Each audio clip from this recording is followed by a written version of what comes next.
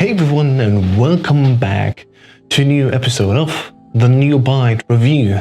Today we're going to talk about Fee and why it's great while still having so many flaws.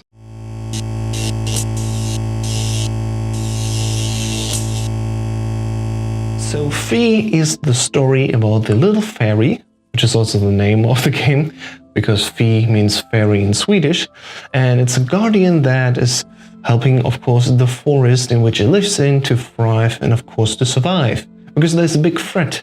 The silent ones are stealing animals which make sound, because, well, we won't know yet for sure at the start of the game. The interesting thing about Fee actually is just that this little being is a singer, actually. Yes, because the gameplay mostly is jump and run, because you can jump and later on with more abilities climb and glide. But what you also do is communicate with other beings in the forest. So for example, you use your voice to connect yourself with a nice deer that is helping you out. Fee in itself only has one voice at first, and it speaks in a language that not every other animal can understand. There are adult animals and of course child animals, and at the beginning of the game you can only communicate with the children. And that alone is interesting enough. So you have limited access to different animals which will help you to get forward inside of the game. And the game is blocking your way, of course, by using plants which react to different voices and languages. You will learn to speak one after another.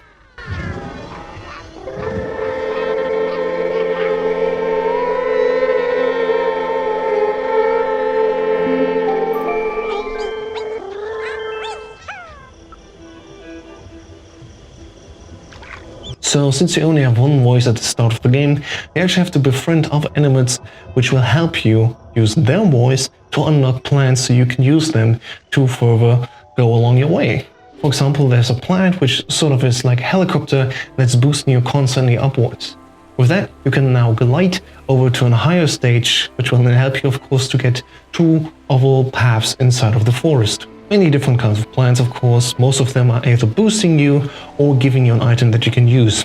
For example, Fee can also use droplets from green plants, which you can only use by talking to birds. It's kind of contradicting itself, because on the one hand you're encouraged to just walk along the forest and to explore on your own. On the other hand, there are two great ways actually how we can get back on track. First off is actually opening the map, which is sort of, well, game breaking, because it's taking away the exploration and just saying you, hey, go there directly where I said. And on the other hand, if you're really lost and don't know where to go, you can always call a bird with a long tone that you can hold. That bird will simply just guide you the way and take actually everything away from the game that has to do with exploration. So the good thing is at least it's optional. And most of the time you actually don't need to necessarily use those techniques like looking at the map or calling in a bird, because the game itself actually has a very natural flow how you have to progress along the way, and it tells you mostly, hey, here's something, look at me, here's something that you can follow. Either it's an animal that's actually just running away from you and waiting for you to catch up, or it's another animal that would just simply open up a new path and you think, well, since it's open, I can just follow along.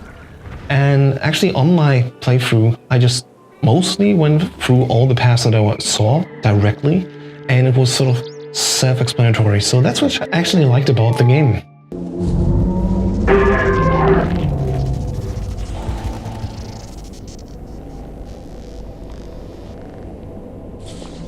So here's what I actually don't really like about Fee. First off, it's really short. For the price of 20 euros, you'll get a game that took me only 4 hours to play through. It's not a full completion, as you have many other things you can do still in the game. So some of them are, for example, collecting diamonds, which you can use to get more abilities. And with the first two already, climbing trees and then gliding, it's all that you need really to get everywhere you need to go. But after that, well, why should I continue to play the game? Well, it's nice looking. The atmosphere of the game is really cool, and the music it's calm, and really, I can only describe it as breathing. You know, it's natural how everything works together. It looks nice, it feels nice walking along, and it's just a nice experience to have for all. So maybe just instead of focusing on the game, maybe you just want to go inside a Fee and just play around with it, see how nature behaves. see the cute animals inside of it, and actually see how everything reacts to what you do. Actually, that's maybe even better than the game itself. It's hard to recommend it right away. You can see how my explanation is like, well, this is good, but also this is also not that good. Go in with an open mind, see for yourself. It's just really charming how the game plays out. First, you make your first friend, you see how they react, you see and feel even ignited how happy they are. And I'd say that's more than enough to say, hey, if you like that, if you like cute little animals and have an interaction with them, cool. If you like to be in the forest and have some really nice impressions on you as a game, cool. But if you expect like a really cool platforming game, you won't get that here necessarily. So yeah, there's that. That's my review of V. If you want to have a full written review, of course, with scores, check out thenewbyte.com. There you can see, of course, our latest reviews and everything else, and of course also our podcast, which we do on a weekly basis. If you want to see our last review, you can check that out here, and if you want to see what YouTube recommends to you, you can check that out here. Please subscribe and hit the bell icon to not miss any new videos, and I will see you in the next video. Bye-bye! Okay, so how do I get out here of the forest? I need to call a bird. I can't whistle.